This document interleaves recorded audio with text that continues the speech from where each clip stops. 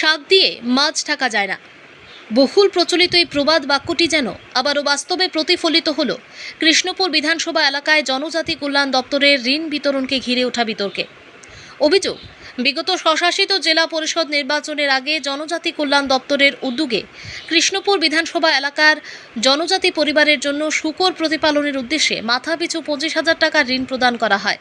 কিন্তু সেই অর্থের একটি বড় অংশ স্থানীয় প্রভাবশালী নেতাদের একাংশ দলীয় তহবিল বা বিভিন্ন অজুহাতে আদায় করেছে বলে অভিযোগ সামনে আসে।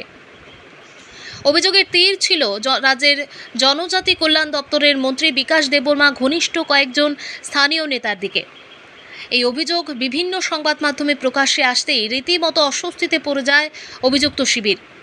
এরপর রবিবার 29 কৃষ্ণপুর নামের একটি ফেসবুক পেজে ভিডিও প্রকাশিত হয় সেখানে দেখা যায় এক বৃদ্ধা ক্যামেরার সামনে দাবি করছেন সাংবাদিকরা নাকি তাকে শিখিয়ে পড়িয়ে বক্তব্য নিয়েছেন এবং প্রকাশিত অভিযোগ সত্য নয়।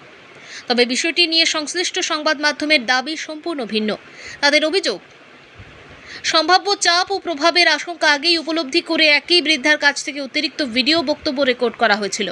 সেই ভিডিওতে সংবাদ মাধ্যমের পক্ষ থেকে সরাসরি প্রশ্ন করা হয়েছিল, এলাকার নেতাদের চাপে পড়ে আপনি পরে আপনার বক্তব্য বদলে দেবেন না তো? জবাবে ওই বৃদ্ধা ক্যামেরার সামনেই স্পষ্ট ভাষায় বলেছিলেন, যাই হোক না কেন আমি আমার বক্তব্য থেকে এক চুলও সরে আসব না। কিন্তু পরবর্তী ঘটনা প্রবাহে দেখা যায় পরিস্থিতি সম্পূর্ণ পাল্টে যায়। অভিযোগ, এলাকার প্রভাবশালী নেতাদের চাপে পড়ে ওই বৃদ্ধা শেষ পর্যন্ত নিজের আগের বক্তব্য অস্বীকার করতে বাধ্য হন। ফলে গোটা ঘটনাকে ঘিরে নতুন করে প্রশ্ন উঠতে শুরু করেছে, আদৌ কি সত্য গোপনের চেষ্টা চলছে? সংবাদ মাধ্যমের পক্ষ থেকে স্পষ্ট দাবি করা হয়েছে, তারা কোনো তথ্য প্রমাণ ছাড়া সংবাদ প্রকাশ করে না। প্রতিটি অভিযোগ প্রকাশের আগে প্রয়োজনীয় যাচাই বাছাই, তথ্য সংগ্রহ এবং প্রমাণ বিশ্লেষণের পরেই সংবাদ পরিবেশন করা হয়। তাই পরবর্তীতে কারো বক্তব্য পরিবর্তন করলেই মূল অভিযোগের গুরুত্ব বা বিশ্বাসযোগ্যতা কমে যায় না বলেও তাদের অভিমত। এদিকে বিতর্কে নতুন মাত্রা যোগ করেছে এলাকার অপর এক ব্যক্তির বক্তব্য।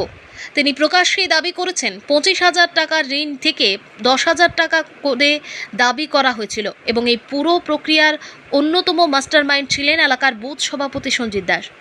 তবে এই অভিযোগের বিষয়ে অভিযুক্তদের আনুষ্ঠানিক প্রতিক্রিয়া এখনও পর্যন্ত পাওয়া যায়নি। অভিযোগের সত্যতা যাচাই এবং আইনগত দায়িত্ব সংশ্লিষ্ট তদন্তকারী সংস্থার উপরই বর্তায়। এখন দেখার বিষয়, এই বিস্ফোরক অভিযোগের পূর্ণাঙ্গ তদন্ত হয় কিনা, নাকি শাক দিয়ে মাছ ঢাকার চেষ্টা শেষ পর্যন্ত জনসমক্ষে আরও বড় প্রশ্ন ছিল। এই জায়গার নাম কি? তো এমনি বুমন্তিলা। আচ্ছা, গত 2-3 মাস আগে সরকার থেকে আপনার টাকা দেওয়া হয়েছিল মনে হয়, এই কোনো একটা ফান্ডের থেকে টাকা দেওয়া হয়েছিল। কত টাকা দেওয়া হয়েছিল আপনার? এমনি তো 25,000 দেওয়া হয়েছিল। হ্যাঁ, পাইছেন কত আপনি? পাইছেন তো কই, আমরা তো পাইছি মাত্র এমনি তো 15,000 পাইছি। 10,000 তো পাওয়া হয়েছে না। 10,000 টাকা কই? 10,000 ওই যে আপনার কাগজপত্র দিছিল, হ্যাঁ, সেই 10,000 টাকা। কেডা নাম তো এখানে কিটা ভাইস প্রেসিডেন্ট না কিটা, হ্যাঁ এখানের কিটা ভাইস প্রেসিডেন্ট না কিটা জানি, এটা আমরা নাম কইতে পারেন না? নাম তো এখন দিন নাম কোনো হবে না। কোন আন্ডারে তুমি টাকা পাইছো ওইটা কোন না, কোন কার আন্ডারে কে দিছে তোমার টাকা? সূর্য দিছে এমনি তো আমরা কাগজপত্র। সূর্য দাস আচ্ছা। কইবা দরাইতে এবারে কইলাও ফ্রেশ আছে।